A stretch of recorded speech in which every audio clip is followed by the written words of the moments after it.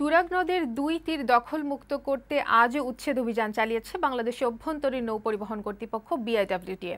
সকাল 10টা থেকে বিকেল 5টা পর্যন্ত আশুলিয়া ও টঙ্গীর মাছিমপুর এলাকায় এই অভিযান চলে। এ সময় ছোট বড় 98টি স্থাপনা গুড়িয়ে দেওয়া হয়।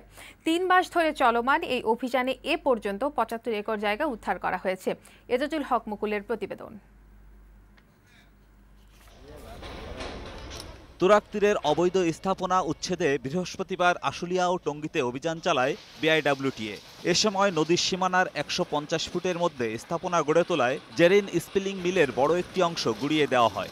আমার নিজস্ব সম্পত্তির উপরে আছে এটা। তার কোনো লিখিত নোটিশ দেয়নি, কোনো চিঠি দেয়নি, আমরা কিভাবে বুঝবো? তারাই যদি বলে যে নোটিশ পায়নি, তাহলে তারা তাদের স্থাপনা কেন খুলে ফেললো? তবে উচ্চ আদালতের স্থগিতাদেশের কারণে দুটি বড় ভবন এদিন উচ্ছেদ করতে পারেনি বিআইডব্লিউটিএ।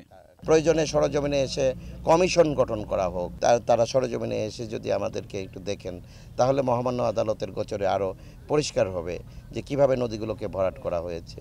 এদিন তুরাগ তীরে দখল করে গড়ে তোলা টিএটি নামের একটি প্রতিষ্ঠানের কারখানা উচ্ছেদ করা হয়।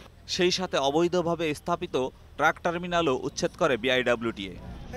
উচ্ছেদ অভিযানে এ পর্যন্ত প্রায় 75 একর জমি উদ্ধার করা হয়েছে বলে জানিয়েছে বিআইডব্লিউটিএ। এজাজুল হক মুকুল, বৈশাখী সংবাদ, ঢাকা।